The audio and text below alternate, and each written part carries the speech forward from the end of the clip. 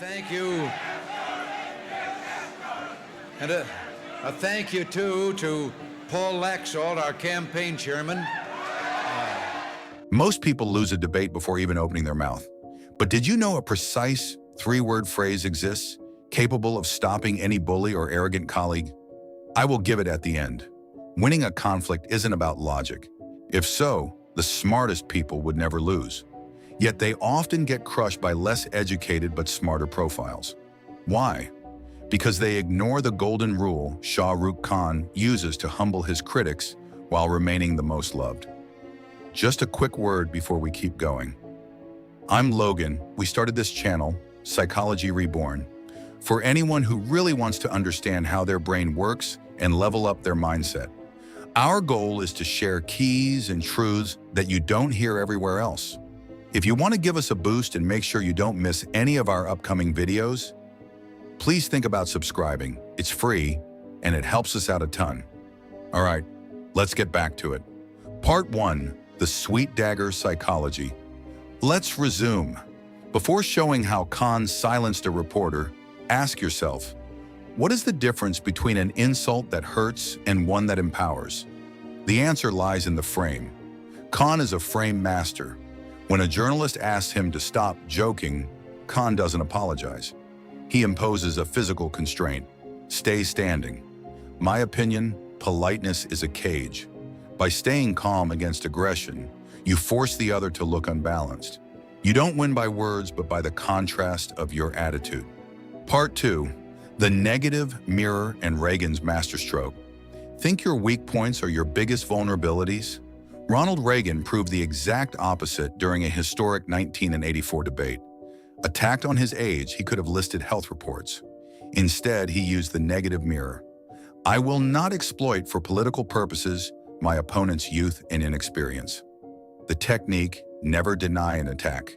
Redefine it. If called too slow, don't justify. Ask, do you prefer I go fast and make errors or take time to be precise? Part 3, indifference and the power of zero care. A trap exists where 99% of people fall when criticized. This trap is the emotional reward. If you get angry, you pay the aggressor. Indifference is the ultimate insult. A simple 3-second stare, followed by, is that all, instantly devalues the attack. The opponent expects a fire, give them a wall of ice. Part 4, strategic acceptance, the Eminem model.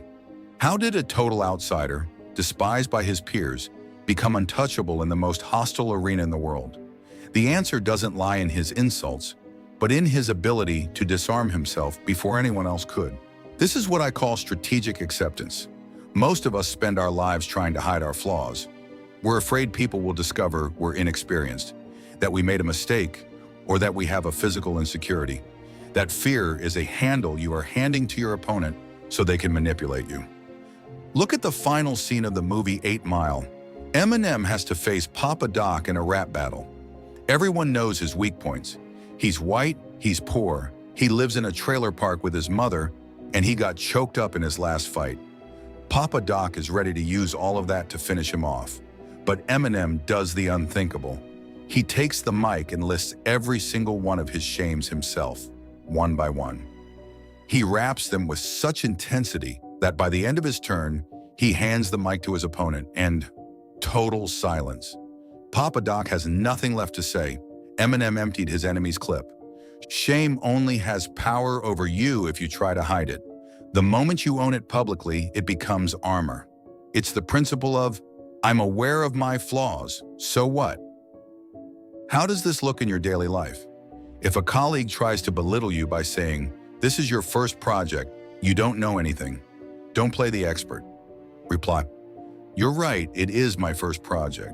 And that's exactly why I bring a fresh perspective, and I'm not stuck in the bad habits you've picked up over the last 10 years. If someone says, you think you're such a genius explaining everything to everyone, don't deny it. Reply, absolutely. And it's exhausting having to simplify everything so everyone can keep up. Why is this so destabilizing? Because the aggressor expects resistance. By accepting the label they try to pin on you, you destroy their angle of attack. you stop playing their game. You are no longer the target being victimized. You are the owner of your own narrative. You take back control of the frame by saying, yes, it's true, and here's why it's a strength. Remember, the one who accepts their flaws first has nothing left to fear from the truth of others. You become, quite literally, invulnerable. But what happens if the opponent is more subtle? If they don't attack head-on, but try to trap you in your own logic? That's where a 2,000-year-old method comes in. The Socratic Trap. Part 5. The Socratic Trap. What if I told you that you can win a debate without ever asserting anything? It's the invisible interrogation method. Instead of contradicting, ask clarifying questions. How did you reach that conclusion? Let the other build their own scaffold until they realize the rope is around their neck. You don't need to be brilliant, just curious. Part 6. Buddha Mode and Silence. Why do the most powerful leaders always speak softer than others? Buddha taught that unaccepted anger stays with the sender. Speaking low and slow in chaos projects absolute authority. A screaming man seeks help. A whispering man commands. Part 7. The Identity Pivot, Making the Other Incoherent. Ever noticed people stop attacking once you place them on a moral pedestal? It's the identity pivot, probably this guide's most manipulative technique. The concept is simple. Instead of fighting the insult, remind the other they are too good to act so. Imagine a colleague making a sharp remark. Instead of snapping back, look with slight disappointment and say, "I'm surprised. I always saw you as constructive and professional. This remark doesn't really suit you." My opinion, it's a psychological masterstroke. You don't defend your work, you attack their self-image. By saying they are above that, you create cognitive dissonance. If they stay aggressive, they prove they aren't the quality person you described. If they stop, they accept your frame. It's verbal judo, using the opponent's self-esteem to flip them. Conclusion. The three-word phrase I promised, a three-word phrase to stop any aggression. Here it is. Are you okay? Said with sincere calm, this phrase shifts the debate from your fault to the other's mental health. It turns the aggressor into someone needing help. But remember, your words are nothing without the body carrying them. If you want to master the body language that forces respect before opening your mouth, click the video appearing now. By the way, between us, what's the worst remark you ever faced and couldn't answer? Tell me in the comments, and I'll give the best genius reply to use if it happens again.